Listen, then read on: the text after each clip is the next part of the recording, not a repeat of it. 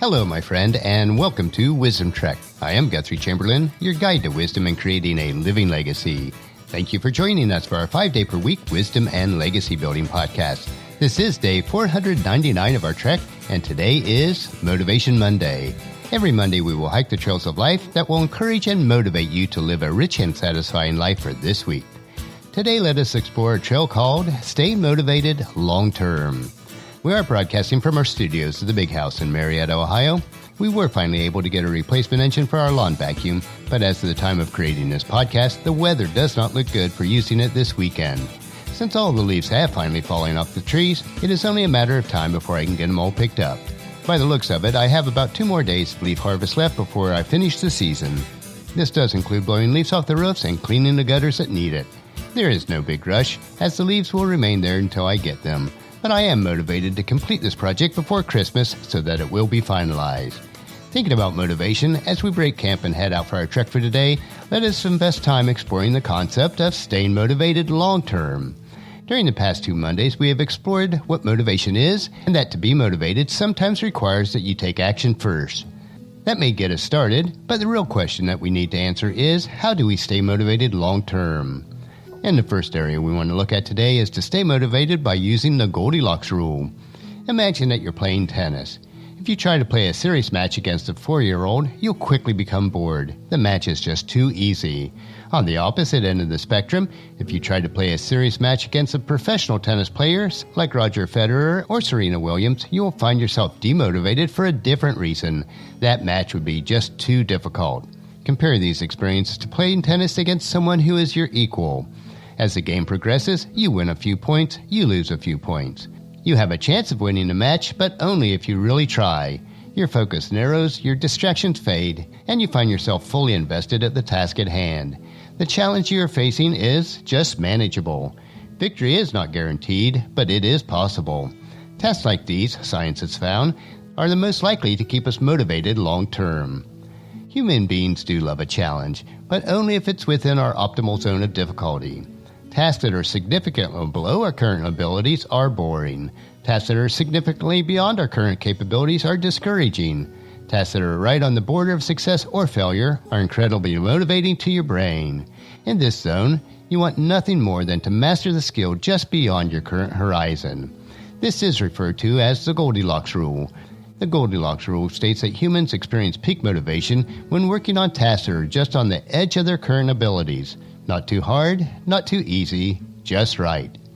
Working on the task that adheres to Goldilocks rules is one of the keys to maintaining long-term motivation. If you find yourself feeling unmotivated to work on the task, it is often because it has drifted into an area of boredom or has been shoved into an area of great difficulty.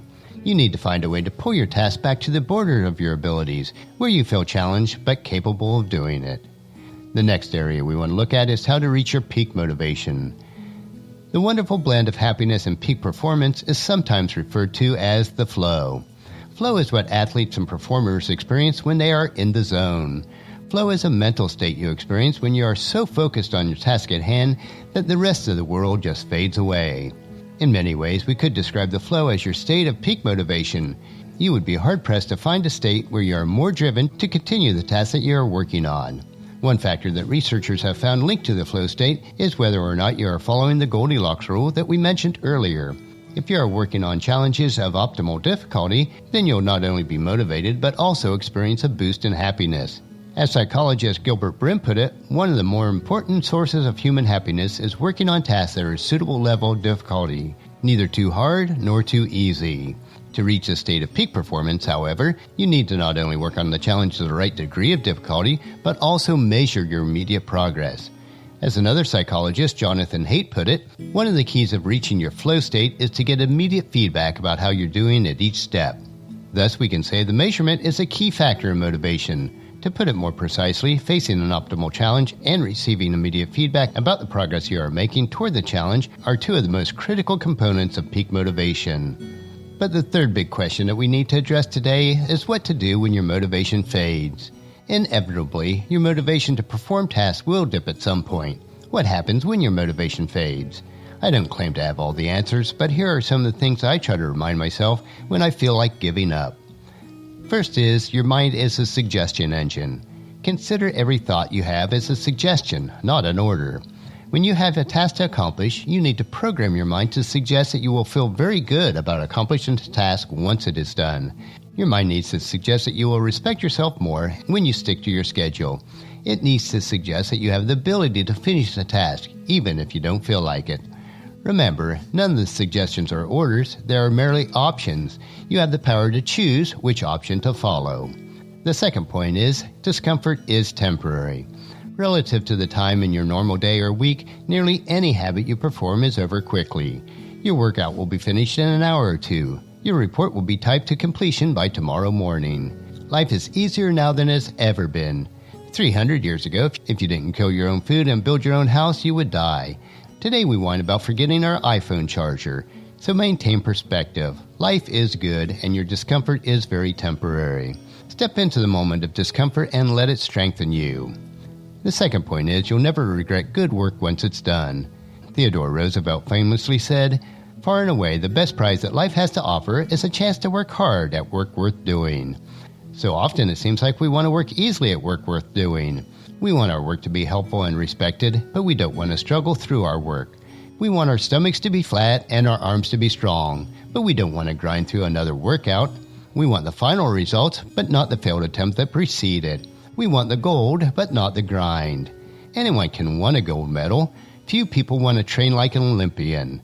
Yet despite our resistance to it, I have never found myself feeling worse after hard work was done. There have been many days when it is hard to start. Sometimes the simple act of showing up and having the courage to do the work, even in an average manner, is victory worth celebrating. And the last point we want to realize is that this is life. Life is a constant battle about giving into ease of distraction or overcoming the pain of discipline.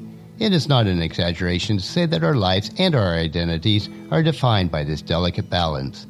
What is life if it is not the sum of 100,000 daily battles and tiny decisions to either gut it out or to give up? The moment when you don't feel like doing your work, that is not a moment to be thrown away. This is not a dress rehearsal. This moment is your life as much as any moment. Invest in it in a way that you'll be proud. And as a Christ follower, there is also a higher calling to maintain motivation and to complete the tasks that are required of us, as it is told to us in Colossians chapter 3, verses 23 and 24. Work willingly at whatever you do, as though you were working for the Lord rather than for people. Remember that the Lord will give you an inheritance as your reward, and that the master you are serving is Christ. As we finish our trek for today, let me ask you this. What practices and habits do you have in your life so that you'll maintain your motivation long term? Let me know if I can assist you in any area. Tomorrow's short trek will be part of our Wisdom Unplugged series, and we'll also be celebrating our 500th day on our Wisdom Trek. Thank you for joining me on this trek called life. Also, encourage your family and friends to join us, and then come along with us tomorrow for another day of Wisdom Trek, Creating a Legacy. If you'd like to listen to any of the past daily treks, they are available at wisdom-trek.com.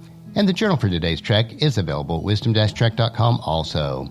Thank you so much for allowing me to be your guide, your mentor, but most importantly, I am your friend as I serve you through the Wisdom Trek podcast and journal. And as we take this trek of life together, let us always live abundantly, love unconditionally, listen intentionally, learn continuously, lend to others generously, lead with integrity, and leave a living legacy each day. I am Guthrie Chamberlain, reminding you to keep moving forward, enjoy your journey, and then create a great day every day. See you tomorrow.